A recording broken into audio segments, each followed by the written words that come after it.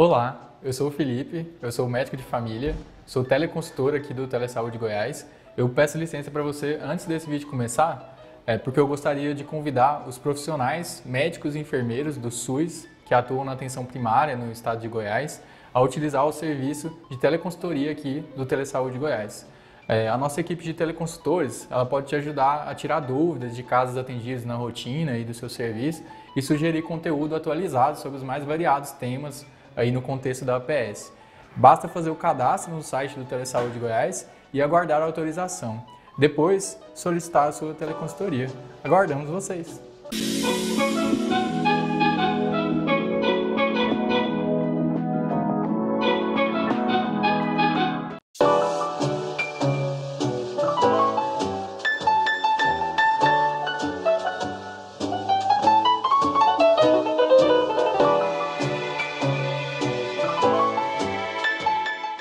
Olá, pessoal. Boa tarde a todos. Vamos dar início a mais uma aula aqui pelo Telesaúde Goiás. E o tema hoje é um tema que a gente considera muito importante, né? E ele tem aí uma relevância não só para a medicina veterinária, né? Para os animais, mas como também para os seres humanos. Então, é uma doença de importância na saúde pública, tá? A raiva. A gente vai falar um pouquinho dela nos animais e o que a gente precisa saber em relação a essa doença que é muito antiga, mas que ainda existem casos aí confirmados e faz um chamado de alerta, né, para nós como médicos veterinários que estamos aí lidando, né, com esses animais, mas também para a população como um todo, né, para os órgãos governamentais, para todo o membro aí que está envolvido, né, em contato com esses animais que possam estar apresentando alguma alteração, apresentando alguma sintomatologia, né, que possa condizer aí com a raiva. Então, é importante que a gente compreenda os sinais clínicos dessa doença, né, é importante que a gente compreenda as formas de transmissão, que a gente compreenda a forma de controle e prevenção, né, da doença, para que a gente evite aí uma disseminação maior.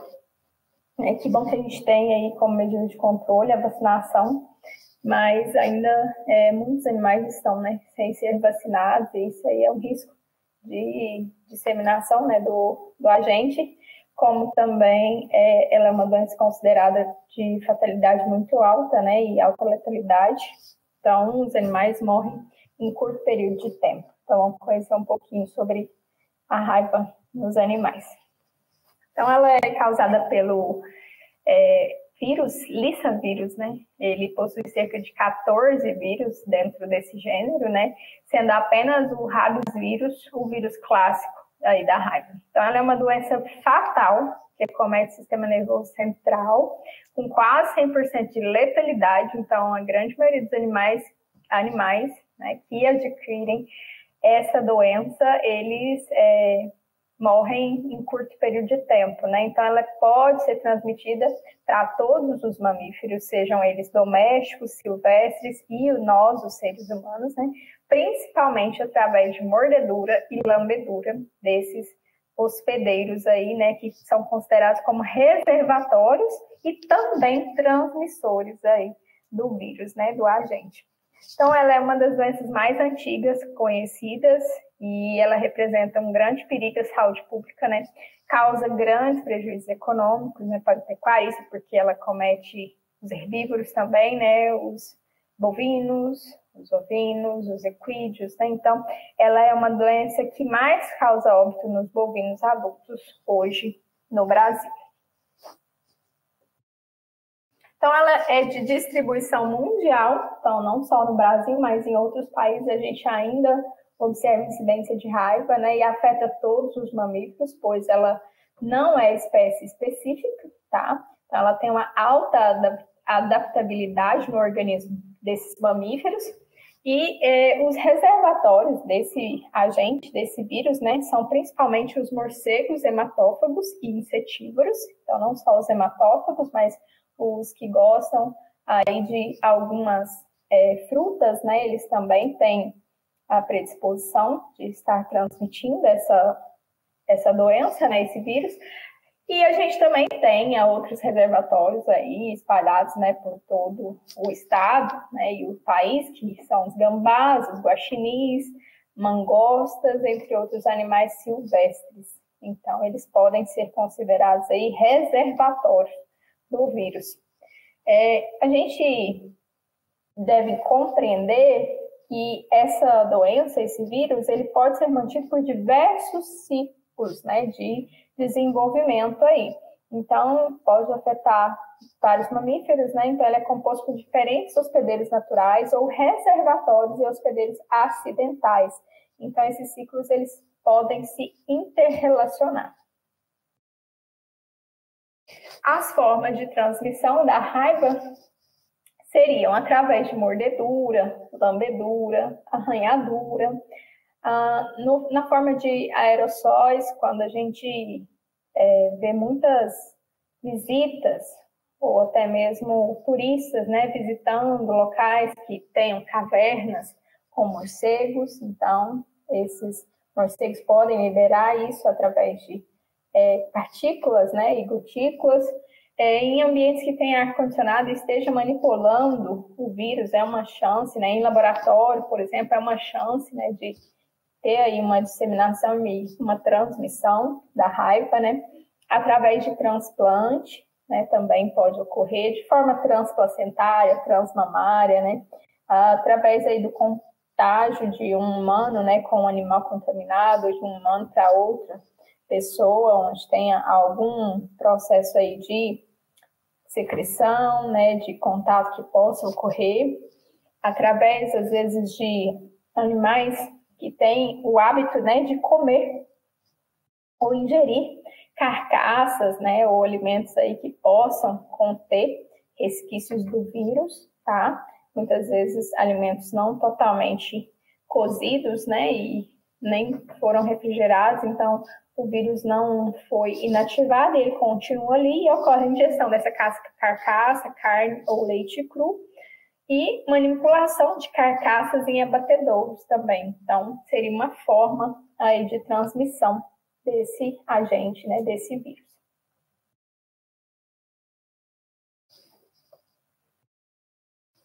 Então, a gente tem várias formas de transmissão, né, e dependendo do hospedeiro, né, do reservatório, vamos dizer assim, né, desse vírus, a gente pode ter um ciclo aí, seja ele urbano, né, ou rural.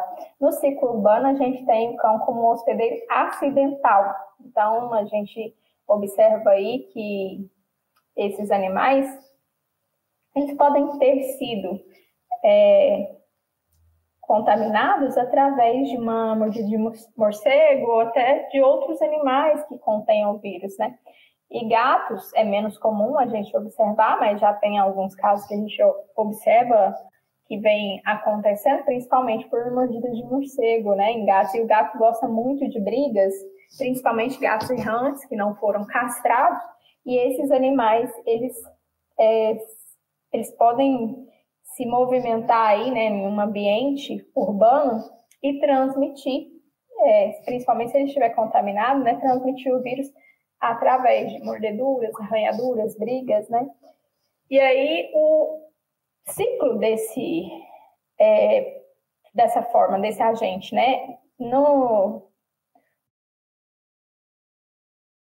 ciclo urbano, a gente vai entender que esse agente ele vai se tornar muito disseminado, principalmente porque hoje o ser humano ele está muito mais perto, né, dos animais, dos pets, como cães, gatos, do que há tempos atrás. Então, esse é um ciclo que a gente considera um ciclo acidental, mas que é muito importante esse ciclo urbano na forma de prevenção da doença. Então, o ideal seria fazer a vacinação desses animais que estão no convívio, né, e ali muito mais perto e no contato com os seres humanos, visto que é uma doença que tem uma alta letalidade, né, uma alta mortalidade e é fácil transmissão ali pelo contato.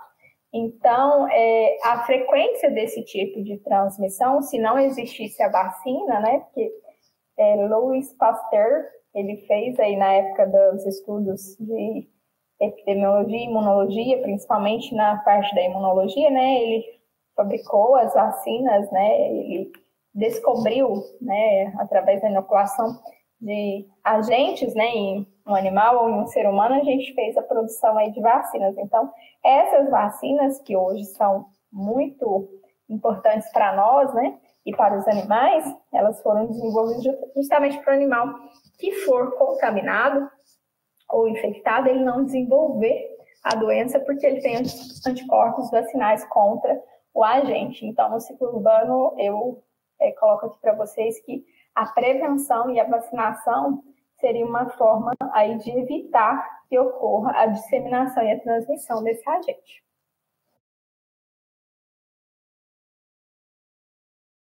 No ciclo rural, a gente já tem os hospedeiros acidentais, principalmente os bovinos, tá? Equinos, suínos, e ocasionalmente a gente vai ter as aves, os cães, gatos e os seres humanos.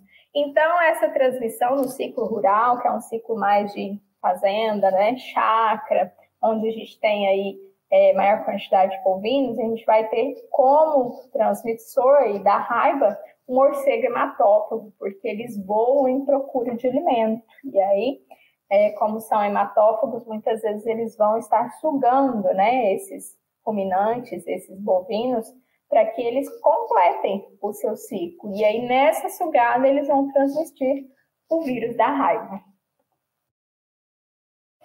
Já o ciclo aéreo, que não é tão comum, mas que pode ocorrer, é mais importante na região norte e onde tem desmatamento e queimadas. Então, esses morcegos hematófagos, eles vão adentrar para dentro das casas das pessoas, né, e vão procurar se alimentar através de sugadas. E esses morcegos, eles vão se alimentar de seres humanos ou até mesmo de outros animais que eles consigam, né, para poder completar aí o seu ciclo.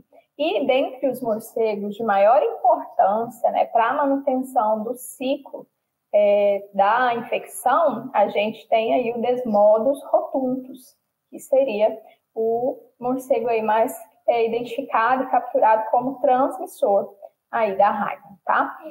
Temos outras espécies, né, como o Diamos yogi, Diphylla eucaudata. Então, esses morcegos, eles podem ser aí identificados, né, mas existem outras espécies também que estão sendo identificadas, e não somente hematófagas, né, como também insetívoros também. Esses morcegos podem estar fazendo o ciclo aí de infecção e de transmissão da raiva. Já o ciclo silvestre vai depender muito da região e da fauna de cada região e da presença desses animais silvestres nessa região. Então, no Brasil, os morcegos hematófagos e os não hematófagos, eles vão ser os principais transmissores, né, da raiva para esses animais silvestres, incluindo aí a raposa cinzenta, os saguis, entre outros. Então, essas vão ser consideradas como reservatório do agente, né, e muitas vezes elas podem estar transmitindo, principalmente se elas tiverem contato, né, com outros animais que estejam ali no convívio urbano, né, ou até mesmo com pessoas, né, que possam ter o consumo desses animais aí que não seja, né, cozido de forma correta, e aí às vezes eles podem estar contraindo o vírus também. É mais raro, o mais comum seria pela picada, né, pela mordida dos morcegos hematófagos e às vezes morcegos não hematófagos, né, mas pode ocorrer. Ela é uma doença extremamente subnotificada.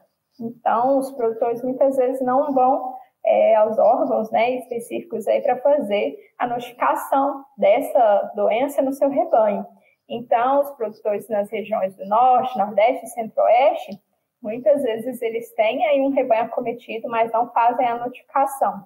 As espécies que a gente observa mais acometidas no ciclo, tanto no urbano, né, quanto no rural, quanto no silvestre, são os bovinos, né, seguida de equinos, caninos e animais dessa fauna. Então, sempre que estiver diante, né, de uma doença ou de uma suspeita de doença, né, que tenha cunho neurológico, sintomatologia neurológica, né, e que o animal tenha salivação, tenha Vamos voltar aqui para mais alguns sinais. O animal tenha, por exemplo, alteração de andar diferente, né? Comportamento diferente. Viu que o animal teve alguma mordedura, né? Alguma arranhadura. O animal está salivando, o animal está tendo dificuldade de locomoção, ele está mais paralisado, né? Com sinais neurológicos bem evidentes. Então, a gente deve pensar assim que esse animal possa ter raiva, né? E vamos fazer o isolamento, fazer todas as medidas. Se ele mordeu alguma pessoa ou algum outro animal, né? Esse deve ficar em observação. Eu coloco mais adiante para vocês sobre essas medidas preventivas. Então, dos ciclos que eu comentei, a gente tem o ciclo urbano, e aí os reservatórios, né, mais importantes aí vão ser o cão e o gato. E, assim, os morcegos podem participar, né, desse ciclo, fazendo, às vezes, alguma mordedura também, mas esses animais, eles podem se contaminar de outras formas, né, não somente pela mordida do morcego. A gente tem esses animais fazendo e participando aí da transmissão desses agentes, né, desses vírus para o ser humano. A gente vai ter o ciclo rural, onde os equinos, ovinos, bovinos, principalmente os bovinos, né, vão ser os animais aí e reservatórios mais importantes do agente, e o morcego pode estar envolvido também nesse ciclo, tá, fazendo a transmissão.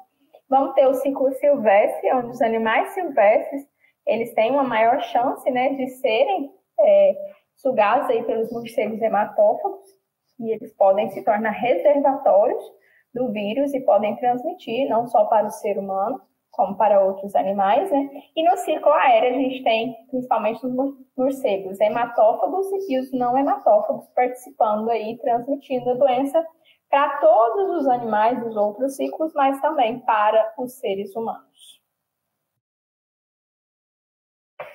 Então, se a gente for analisar a patogenia dessa doença, após uma mordida, né, vamos supor que um ser humano tenha sido mordido, ou um animal, né, tenha sido mordido por um morcego. Aí esse vírus começa a penetrar na pele.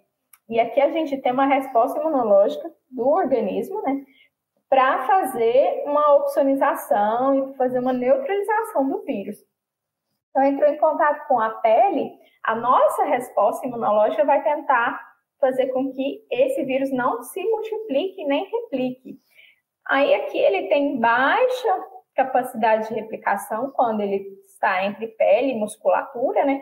Mas quando ele migra para o sistema nervoso periférico e o sistema nervoso central, aí já deu, né, para todo o nosso sistema imunológico e o sistema imunológico dos animais. Então, essa resposta, ela fica comprometida, porque ocorre uma ligação do vírus às células receptoras do organismo, principalmente às células do sistema nervoso central, sistema nervoso periférico, né, aos neurônios, e aí essa adesão, né, nessa célula neuronal faz com que ocorra aí um prendimento, né, e não há um desprendimento mais do vírus, e ele começa a fazer todo o seu processo aí de replicação, trajeto, né, sobre todo esse sistema nervoso periférico e central, e ele faz uma disseminação que a gente chama de centrífuga, sistema nervoso, tanto simpático, né, parasimpático, vai ocorrer aqui alteração principalmente em alguns órgãos nobres, né, que a gente considera, como rim, coração, o fígado e o pulmão. Então, esses são os órgãos que também podem ser acometidos. Só que a gente sabe e compreende que nos animais, esse vírus tem um baixo poder de disseminação e viremia para a corrente sanguínea. Ele fica mais localizado nesses órgãos do sistema nervoso periférico e sistema nervoso central. Por isso que eu vejo muito mais sinais neurológicos e isso acontece em curto período de tempo, tá? Então, muitas vezes, a gente observa também áreas periféricas do corpo, como a córnea, glândulas salivares, rins, fígado, pulmão e glândulas mamárias, com perpetuação e disseminação desse vírus.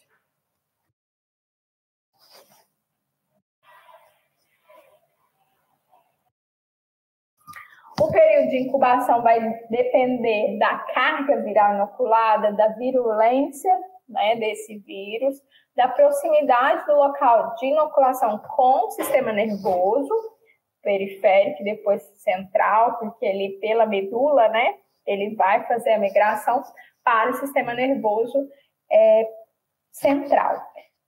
E aí vai depender também do número de terminações nervosas que existe no local da agressão, da imunocompetência do animal, muitas vezes a espécie, né, que é acometida, a gente vai ter um período aí de incubação mais curto, né, e outros a gente tem um período de incubação mais longo.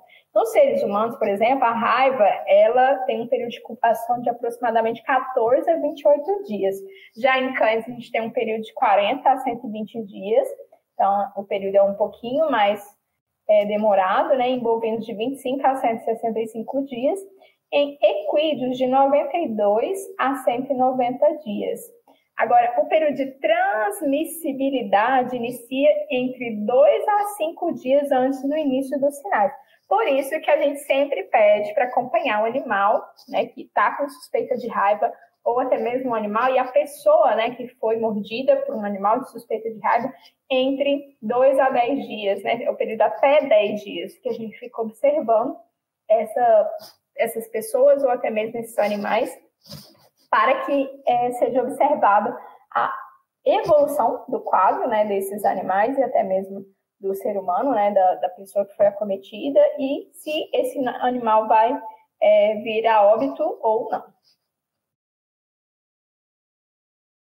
Os sinais clínicos e a evolução da raiva estão mais localizados, estão mais desenvolvidos, principalmente no sistema nervoso central, né, causando uma encefalomielite, uma inflamação do encéfalo e da medula, né, isso é mais agudo, com sinais que podem variar dependendo da região do encéfalo que foi mais afetada, né, mas a gente vai ter alteração do comportamento, da locomoção, o animal pode vocalizar e ter até paralisias, né.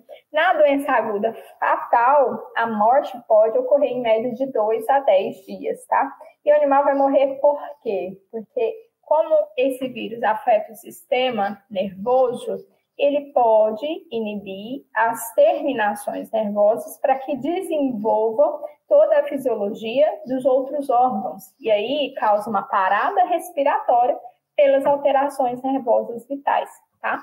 Então, na medula espinhal, eu vou ter alterações sensitivas, principalmente nas raízes dorsal, podendo ter paralisia rígida e ou alterações motoras, como raízes ventrais, né, podendo ter paralisia mais flácida. Depende de onde o vírus está acometendo. Então, quando eu tenho uma suspeita de um caso de raiva, né, em que a gente tem aí envolvimento de animais, a gente tem que fazer o isolamento de todos os animais que estiverem em contato com o animal suspeito, tá? Entretanto, o isolamento ocorre conforme os animais apresentam sinais clínicos. Então, eles devem ficar afastados, recebendo apenas água e comida, né? E não podem receber tratamento de acordo com a legislação vigente, por se tratar de uma zoonose fatal. Então, hoje, se a gente for atender um paciente com a raiva, esse paciente ele vai ser observado no período de 10 dias, mas ele não vai ser tratado, porque a evolução vai ser muito rápida. E aí não tem tratamento da raiva para os animais, tá? Aqui é só para ter aí um entendimento melhor, né, dos sinais clínicos neurológicos, né, que ocorre de acordo com cada região do encéfalo afetada. Então, na região cerebral, eu vou ter incoordenação, movimentos de dismetria, alterações do tônus muscular. Na região ponto bulbar, eu vou ter alterações da propriocepção, né, no andar, o animal vai estar meio cambaleante, né, não vai ter noção de onde está pisando, alterações motoras, alterações de ponte, bulbo. Na região vestibular, eu vou ter desequilíbrio, rotação e ou desvio de cabeça, alteração de movimento dos olhos. Na região mesencéfalo, eu vou ter alterações de visão, de padrão de locomoção, do estado mental, né, desses pacientes. Já na região de telencéfalo, eu vou ter alteração de estado mental e comportamento, alteração da posição da cabeça. O animal muitas vezes fica em opistótomo, que ele fica com a cabeça esticada, né? Propriocepção, alterações de visão, andar compulsivo, andar em círculos, né? E todas as alterações anteriores na multifocal. Então, inicialmente, eu posso observar no cão, por exemplo, uma salivação excessiva, né, que é uma cialorreia, mas também eu posso ter alterações neurológicas muito graves, além da agressividade, né, que esses animais podem manifestar também. Então, os cães e gatos, na sua maioria, a forma furiosa da doença, ela vai possuir 3 fases importantes. A fase prodrômica, a de excitação e a fase de paralisia. Tem uma forma que é considerada de forma mansa ou muda, né? E então a gente observa que vem a fase de excitação curta e pouco expressiva, e aí depois a gente tem uma forma atípica, onde somente uma área do corpo é paralisada, junto com as alterações gastrointestinais e de pneumonia. Então, o paciente animal ele faz uma pneumonia por aspiração, né? Porque muitas vezes ele perde a motilidade, né? De fisiologia desses órgãos e perde as neurotransmissões que deveriam ocorrer para que os músculos e toda a contração e todo o processo ocorresse, e ele faz uma pneumonia aspirativa. Na fase prodrômica, o animal vai ter o quê? Febre, hipersensibilidade ao som e à luz, então a gente pede para deixar o animal em observação em um ambiente mais escuro, né? E alterações de comportamento, como esquivo, social, agressividade ou medo. Já os morcegos contaminados, né, eles podem apresentar alterações de comportamento também, por isso que muitas vezes a gente observa os morcegos caídos no chão, porque eles podem ter acometimento neurológico também. Na fase de excitação, esses animais vão apresentar como sinais clínicos importantes a convulsão, midríase, né? Às vezes ele tem alteração da pila, né? Cialorreia, salivação excessiva, movimentos mastigatórios vão estar alterados, vai ter vocalização bitonal, prurido, coceira, né? Sede, agressividade, andar compulsivo, alotriofagia, que é uma compulsão de comer o que não é comestível, né? Então, ele come coisas, pedra, né? Tudo que estiver pela frente. Fotofobia, que é o medo da luz, aerofagia, né? Como aerofobia, né? Medo de locais que tenham aí uma ventilação, intolerância ao barulho, né? E começar a se esconder e morder nas pessoas, objetos e entre outras coisas. Então, esses são os sinais aí na fase de excitação. Já na fase de paralisia, que é a fase final, em que o animal apresenta paralisia dos membros, cauda, esfíncter, disfagia, né, dificuldade aí para se alimentar, dispneia e, por fim, a morte, esse período, né, nessa fase, desde o início dos casos, é muito variável, mas ele pode ocorrer dentre 2 a 10 dias. No cão, a gente está falando, né? Cães e gatos. Nos ruminantes, a gente sabe que essa espécie, ela é muito acometida pelos morcegos, né? Então, os morcegos, eles vão fazer o seu repasso sanguíneo aí, né? Eles vão se alimentar para continuar seu ciclo e eles acabam transmitindo a doença para os ruminantes, né? Sejam ovinos, sejam bovinos. E as lesões, né, na forma paralítica, né? As lesões costumam ser em região de tronco, encefálico, cerebelo e medula. Então, os animais podem apresentar agressividade, paralisia dos membros posteriores, que progride, né, para os membros anteriores, e até que o animal chegue em um decúbito, né, e a óbito. O animal pode apresentar salivação excessiva, né, cialorreia, paresia, ataxia de membros posteriores, hipotonia da língua. A língua fica protusa, né, sem movimentos, dispneia, dificuldade para respirar, decúbito lateral, então o animal nem consegue levantar, né, hiperemia, né, vermelhidão e congestão, né, da episclera, principalmente em fase bem evoluída. O panículo fica diminuído, tem atonia de cauda, midríase e movimentos involuntários dos lábios. Então, em outros animais que a gente não observar esses sinais aí patognomônicos, a gente pode ver até um tremor, um tique de narina, um bruxismo, uma perda de propriocepção, né?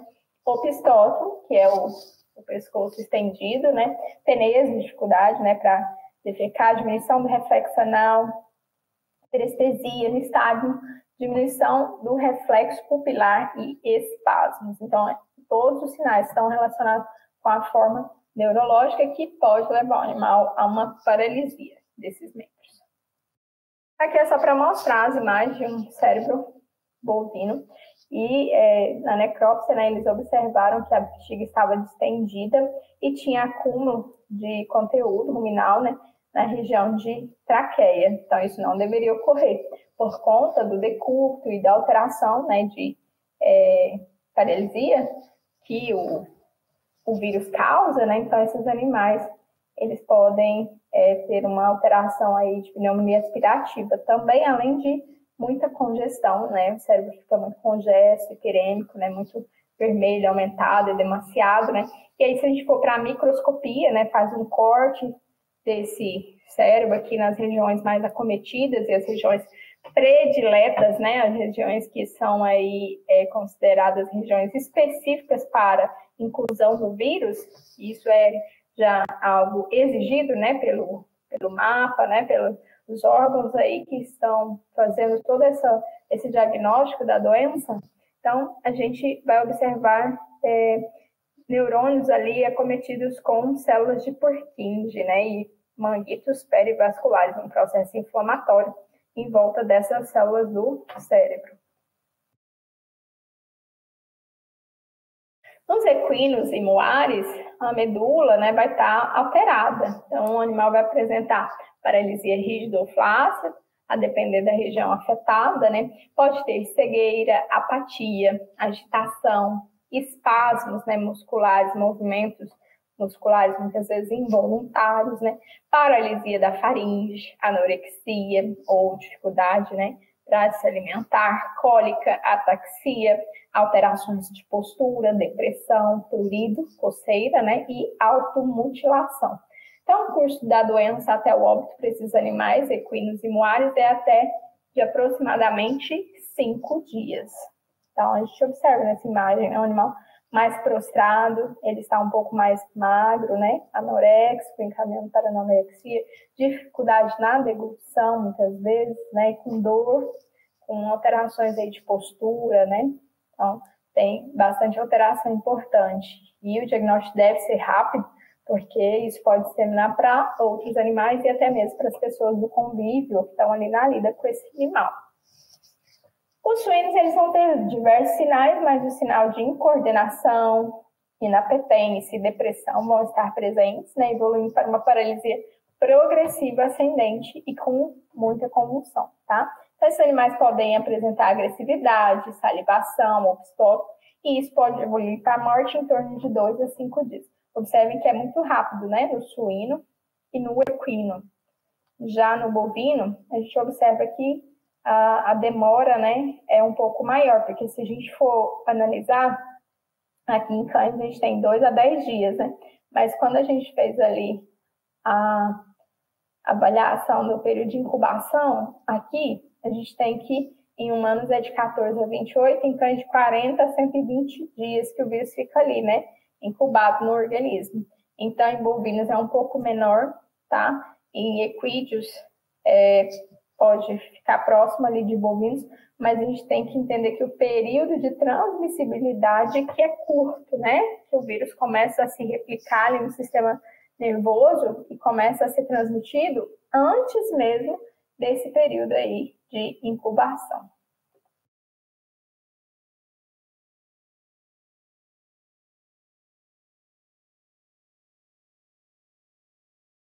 Então, a raiva, quando a gente fala assim, o que eu vou observar, né, nos animais, clinicamente, sem ser sinais neurológicos e de alteração, nos exames laboratoriais? O que eu vou observar em animais que tenham raiva?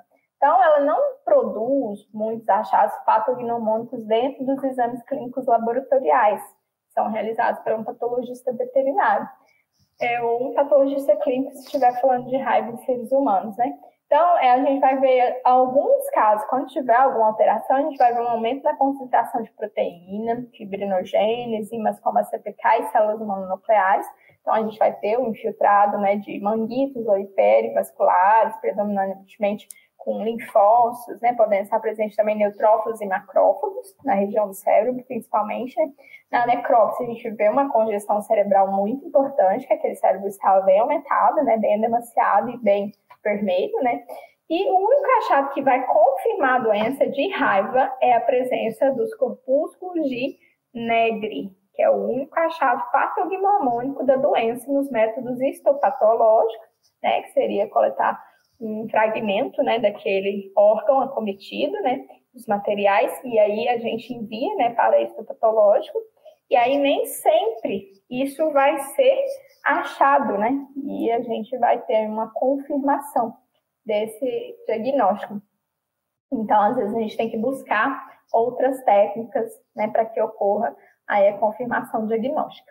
Então, para coleta, a gente deve coletar a porção caudal do cérebro ou telencéfalo, né, fragmento do tálamo, do cerebelo, cortado ao longo do verme cerebelar e da medula cervical.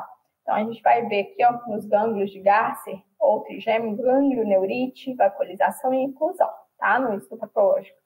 Então, nos ruminantes, a gente vai coletar encéfalo inteiro, medula, tálamo, córtex e cerebelo em duplicata, né? Então, 2 fragmentos. E a gente pode fazer também a contraprova, né? A prova é contraprova, porque a gente pode mandar esse material resfriado ou congelado, ou muitas vezes em formol, tá? 10%, para fazer diagnósticos diferenciais aí que tem um curso parecido com o da raiva, tá? E aí a gente pode fazer histopatologia imunohistoquímica também. Do tronco do óbex congelado, a gente pode mandar para a Elisa, tá? Para fazer a técnica aí de pesquisa sorológica, né, também. Então, seria uma forma aí de fazer um diagnóstico se não encontrou em outra técnica. Em equinos, a gente vai coletar as amostras em triplicata, tanto encéfalo, medula, tálamo, córtex, cerebelo também, né, devem ser enviados. Podemos fazer prova contra prova também, né, onde as amostras devem ser resfriadas ou congeladas, no caso da raiva, para imunofluorescência, né. Aí eu posso mandar ela em saco plástico para congelamento, para fazer PCR, na Lanai, por exemplo, eles fazem. Posso fazer coletando aí vísceras, né, e às vezes algum outro órgão, através de congelamento, né, eu posso colocar em um tubo de Petendorf, ou posso coletar também, né, em formol, um pool de vísceras e fragmentos, né? Não só do encéfalo, mas também de órgãos que possam ter algum indício aí de que o vírus foi e fez replicação, tá, para esses órgãos. Demais porções a gente pode mandar em formol 10%, né, para histopatologia ou até mesmo imunohistoquímica. Como que é feito o diagnóstico, tá, da raiva?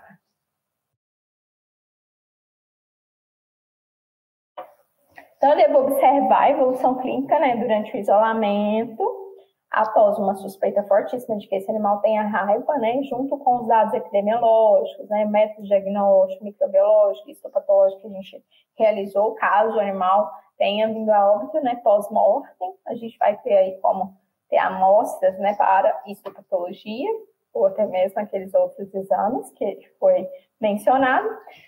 E aí a gente vai ficar em observação desse animal, principalmente se o animal suspeito ele tem, né, uma forte suspeita de que seja raiva por conta de já descartar uma sinomose, outros diagnósticos diferenciais que cursem com alteração neurológica, principalmente se ele está numa região endêmica, né, para morcegos hematófagos, ou até uma região aí que tem uma incidência forte, né, como o Nordeste, por exemplo, de ter aí o desenvolvimento do vírus, né, da raiva. Então, a gente vai observar o animal por 10 dias, e isso é extremamente importante.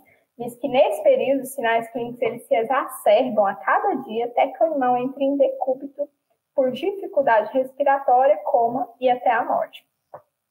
Então, os testes diagnósticos preconizados pelo MAPA, né, pelo Ministério da Agricultura, Pecuária e Abastecimento, são os de imunofluorescência direta e a prova biológica, que é a inoculação em camundongos ou células.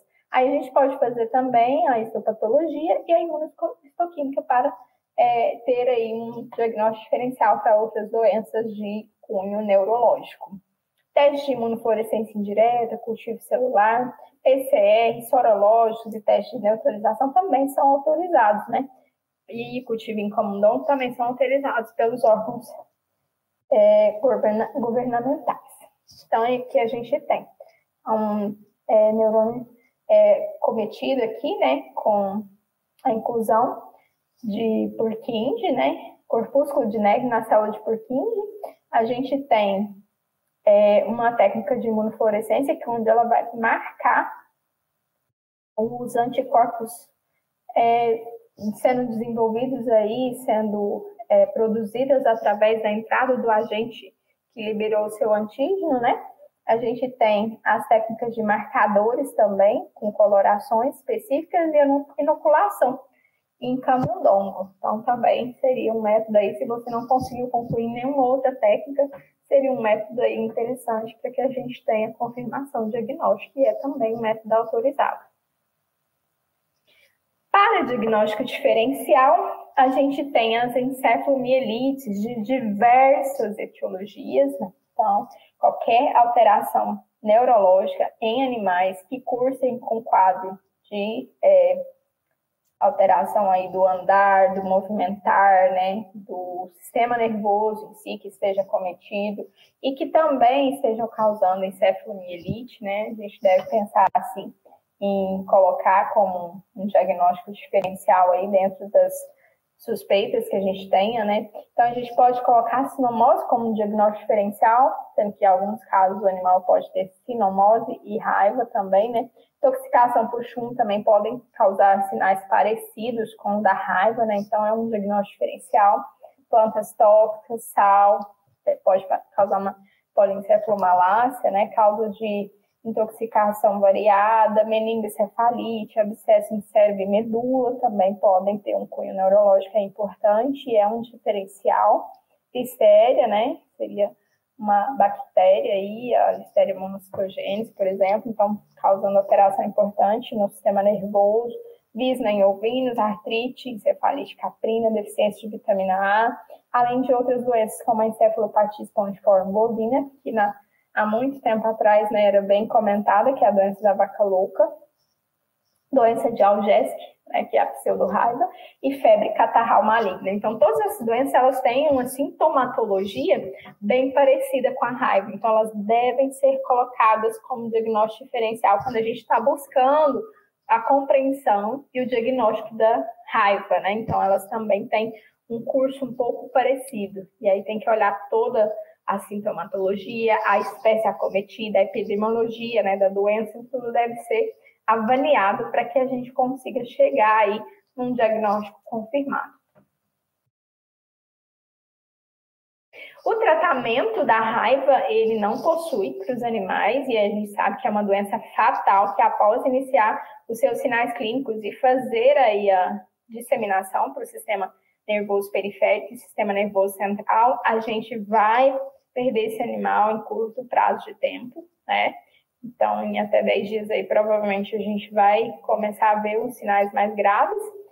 E aí temos tratamento somente para os seres humanos, e aí geralmente é com vacinas antirrábicas após a exposição e o uso do soro antirrábico homólogo ou heterólogo. Então, o que o pessoal costuma fazer é, às vezes, usar um soro, mas o ponto principal inicialmente tem uma lesão já de mordedura, né, de um gato ou de um cão, aí já vai direto para o posto, né, ou centro médico, ou um hospital, para que vocês sejam atendidos, lave, né, em água corrente e sabão, e água ali nesse local, para tirar a maior quantidade de inoculação de partículas virais possível, tá? Também para não ter contaminação bacteriana ali no local, porque dependendo da boca que foi, né, do animal, se foi uma mordida, por exemplo, ou uma arranhadura, gatos, né, se eles fazem isso, inflama e incha muito, né?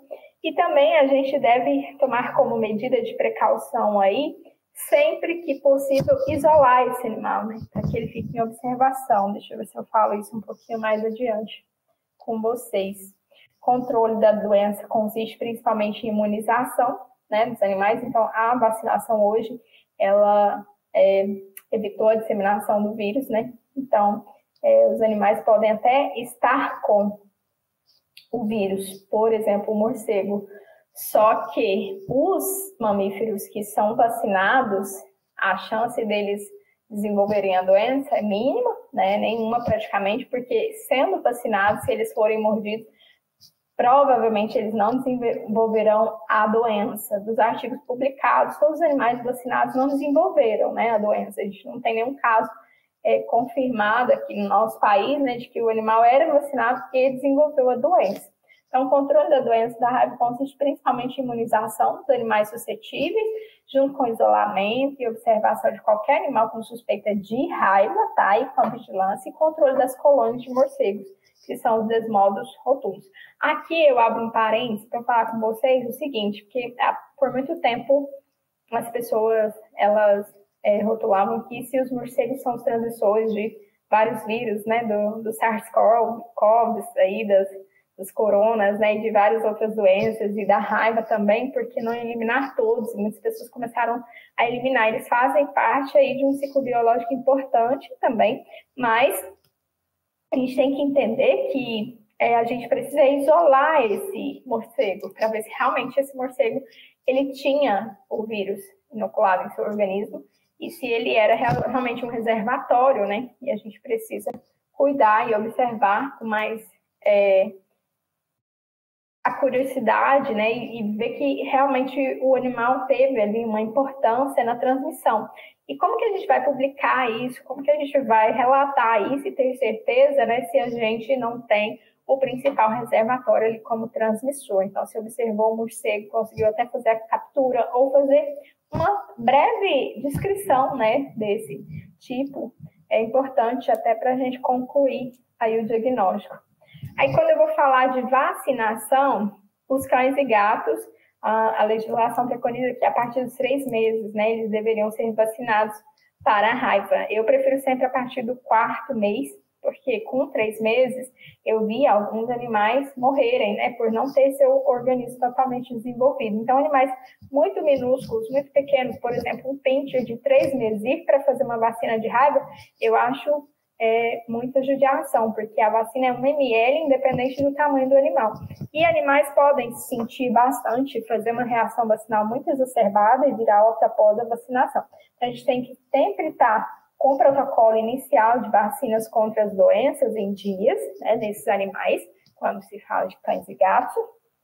E esse protocolo estando atualizado, né, esse animal já começa a ter uma resposta imunológica contra esses outros agentes, e aí a gente finaliza ali a partir do 4º mês, né, com a de raiva, porque provavelmente ele vai estar terminando o seu protocolo vacinal contra as vacinas de doença, tá? No bovino, o esquema contra a raiva, ele deve ser vacinando com 2 doses, os bovinos acima de 3 meses de idade, né, com intervalo de 30 dias de uma vacina para outra e reforço sempre anual de todos os animais já vacinados. Então, isso é fundamental. Aqui, para os cães e gatos, eu fiz a primeira dose, é uma dose única, não tem reforço, tá? E aí, depois, os reforços são somente anualmente. Então, quando a gente analisa assim, eu fiz a vacinação do meu animal, né, quando ele estava filhote. Aí ele está protegido, né, doutor? Não precisa vacinar mais. Não, o reforço é sempre anual. Se você, no caso, tiver condições de fazer uma titulação para saber níveis de anticorpo, né, para poder colocar aí essa vacina novamente no organismo quando for necessário, pode até fazer para as de doenças, mas para a de raiva é obrigatório o reforço anual, tanto é que o governo fornece, né, essas vacinas aí para cães e gatos em todo o país. Então, a campanha é feita geralmente em outubro, novembro, né, para cães e gatos. E aí, quando a gente fala de equinos, vai depender aí da região e do protocolo que o médico veterinário estabelecer. Mas eles também devem ser vacinados contra a raiva, tá? Então, aqui é só para dizer para vocês que, de acordo com o tipo de exposição, né, a primeira medida é sempre lavar a mão com água e sabão, né? E aí a gente fica ali na observação, né, por 10 dias. E aí, se o animal não tem sinais sugestivos de raiva, né, aí você teve um contato direto com esse animal. Se o animal, por exemplo, morrer ou apresentar sinais de raiva, é indicada vacina, tá? Para essa pessoa. Se o animal morrer ou apresentar sinais de raiva, são indicadas a vacina e o soro, principalmente se o estado é mais grave, tá? Então, aqui vai depender muito da espécie, né, que foi acometida para a gente fazer o protocolo mais leve, né, que seria somente da vacina, ou vacina e soro.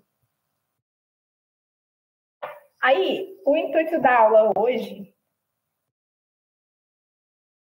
foi trazer para vocês que já existem algumas atualizações em relação à raiva, porque por muito tempo alguns estados hoje são considerados livres, né, da doença, né, do agente aí circulante. Mas a gente tem observado que por toda a mudança climática, por toda a mudança aí de enchentes acontecendo, por toda a mudança aí de alimento, né, que o ciclo do desmódon, por exemplo, ele precisa para cumprir aí sua fase, né? Então, isso faz com que ele comece a adentrar as casas, né? Comece a adentrar aí a zona urbana também. Então, a gente teve em São Paulo alguns casos importantes, né? De 2003 para 2024, por exemplo, 2023 para 2024. Então, aqui, ó, esse é um texto do CRMV de São Paulo, onde houve a confirmação de casos de raiva em São Paulo, né, reforçando a importância da vacinação. Então, os médicos veterinários e zootecnistas, eles devem fazer também o esquema profilático de pré-exposição e a sorologia. E cães e gatos devem estar com a imunização em dias.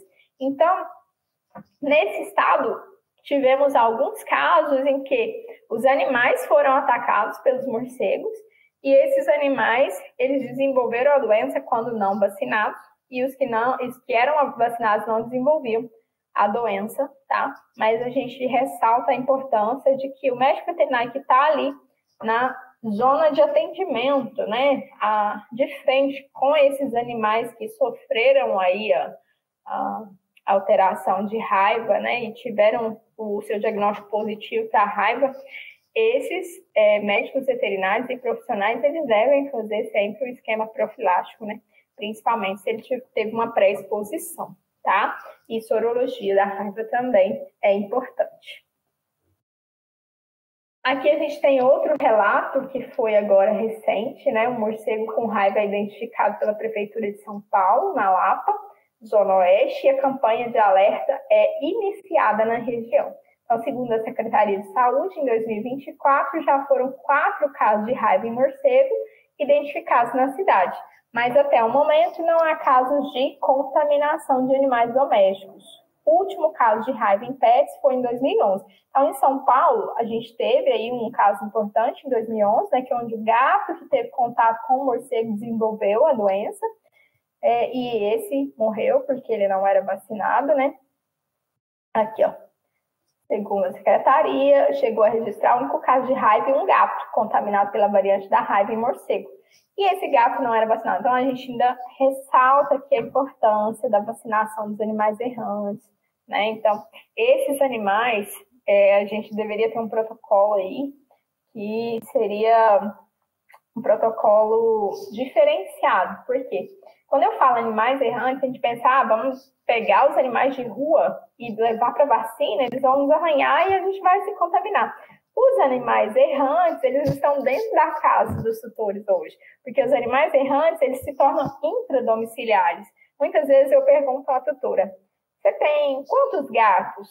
Eu tinha só 1, 2, mas agora são 10. E esses 10, eles dormem na casa dela, eles comem lá, né, da ração que ela oferece, eles transitam ali e são intradomiciliados e até amansados.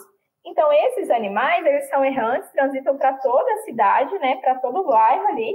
Eles podem brigar, porque muitas vezes nem todos são castrados, né, e podem transmitir a doença. Então, a gente tem que pensar em algo melhor, não só para a questão do morcego, mas também para a questão da prevenção desses animais que são errantes e que não foram vacinados. Será que seria interessante a gente fazer uma medida preventiva de visita nessas casas, né, nesse domicílio, para começar a fazer um cronograma aí, ou alguma pesquisa, né, ou uma enquete aí de quantos animais tem e se eles realmente foram vacinados na campanha de raiva ou se eles não são vacinados e estão intradomiciliados dentro do ambiente desses tutores, né, porque a gente vê muitas ONGs, abrigos e até mesmo locais aí de casa, né, residência particular ali, que a pessoa, ela se torna acumuladora e tem 10 animais. Mas já que vai ficar com esses 10 animais e que vai cuidar, né? Hoje a gente observa que a castração ela é oferecida, né, pelo castramóvel, pela prefeitura, pelo governo. Então, castrar um animal já está dando comida, água, faz aí uma vermifugação, né, quando for necessário, e a vacinação, porque aí estamos protegidos, né, de ter alguma doença mais grave e fatal. Agora vamos falar do nosso estado, né, no estado de Goiás. Então, a última notificação da doença em humanos foi transmitida pela variante 2 canina, que ocorreu em 2001. Eu acredito que nesse período, a partir de 2001, já foram começados a observar alguns casos aí de raiva em algumas regiões, mas muito pouco distribuídos, né? Então, já o último registro de raiva canina foi em 2002. Então, eu acredito que realmente essa doença é subnotificada, tá? E às vezes a gente passou, né, por alguns animais que tinham sintomatologia da raiva e a gente pensou que fosse sinomose e que não fez um diagnóstico mais acurado, né, mais preciso. Eu acredito que tenham tido casos aí que realmente não foram confirmados, mas que poderiam ter sido raiva. Eu recordo que quando eu estive em Goiânia, logo que eu mudei para Goiânia, em 2011, eu fiquei com um caso que até hoje eu fiquei na suspeita, né? Eram pessoas muito simples que tinham esse animal na casa, e esse animal ele era bem agressivo, né? Ele estava bem agressivo, e esse animal, ele não foi conduzido para o protocolo aí que a gente pediu, né? O tutor não fez todas as recomendações solicitadas, e a gente não conseguiu realizar exames nesse animal. Provavelmente era a raiva na época que eu estive lá, só que o tutor não atendeu, não quis fazer mais nenhuma retorno no paciente, né?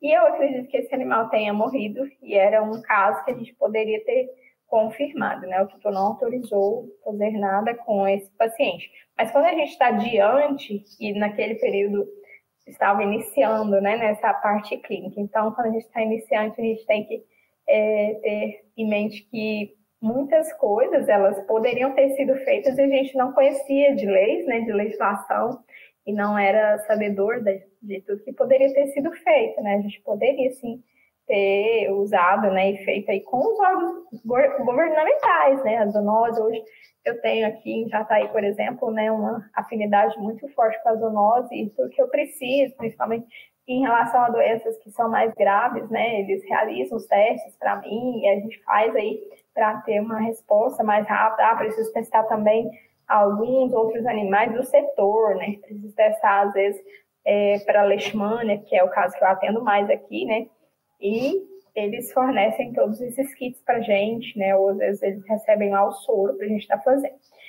Então, nesse caso aqui, não temos casos de raiva humana e canina transmitida pela variante dos cães há mais de 20 anos, né? Então, aqui a gente viu que em Goiás a última notificação da doença foi em humanos, transmitida pela variante canina, né, que ocorreu em 2001. Já o último registro de raiva canina foi em 2002. E a gente tem que ficar atento que a agrodefesa, a zoonose, né, eles sempre vão estar aptos a receber todas as amostras, tudo que for necessário aí para a gente concluir esse diagnóstico. Sempre tem que fazer a notificação, tá, com eles. E a gente viu em 2022, né, já um relato aí circulando de que animais vacinados, eles foram infectados aí, ou foram acometidos aí pelo morcego, só que eles não desenvolveram a doença. Já um gato não vacinado, ele desenvolveu a doença, né, no estado de Goiás e morreu. Isso em 2022. Vamos ver se a gente tem mais alguma coisa falando no nosso estado de Goiás. Tá, isso é de 2024, tá? Então, Goiânia registrou o primeiro caso de morcego positivo para raiva em 2024. Um animal da espécie Heptecicus diminutus, que se alimenta de frutas, foi encontrado morto no setor da Chácara de Recreio Samambaia, região norte da capital, no dia 6 de janeiro, e o diagnóstico, né, foi confirmado em 11 de janeiro. Então, aqui já é um relato importante de que esses hospedeiros, esses reservatórios, né, do vírus aí, eles devem ser capturados quando possível, né, para que a gente faça aí a identificação, não só da espécie, mas como também se tem ou não o vírus presente aí no seu organismo. Então, a gente ainda tem chance, né, de ter uma disseminação, porque muitas vezes o morcego dá uns vazantes, né, baixo, que o gatinho ou o cão, às vezes, pode encontrar ele caído ali, às vezes ele tá com a doença viral e cai, né, e o animal tenta ali pegá-lo, né, e pode se contaminar também. E o que eu queria passar era isso. Então, o que a gente tem que compreender de mais importante é que a doença não está totalmente eliminada, tá? A gente ainda tem focos, porque ainda existe o morcego, ainda existem animais sem vacina, existem muitos animais errantes, e o foco principal, né, falando de raiva hoje, no nosso país e no mundo, seria a prevenção, o controle, né, de tudo isso, a prevenção e a vacinação. E não somente eliminar morcegos ou eliminar os animais sem ter um diagnóstico, né? Hoje a gente entende que o diagnóstico é muito importante até para a gente prevenir essa zona e essa região ou esse estado, né? Para que isso se dissemine. Porque quando a gente fala de endemias ou epidemias e doenças zoonóticas, a gente tem que compreender que é só um animal dentro do ambiente domiciliar, mas que pode fazer aí uma importância muito grande no país, porque se ele for contaminado, quem contaminou esse cão, por exemplo? Quem contaminou esse bovino? Quem passou essa doença para esses animais, eles podem estar disseminando ainda. Então, o foco não foi somente ali eliminar o animal ou concluir que o cão teve. Quem é mais que pode estar transmitindo é o nosso problema aí maior, né? Que a gente precisa olhar com mais carinho e cuidar melhor.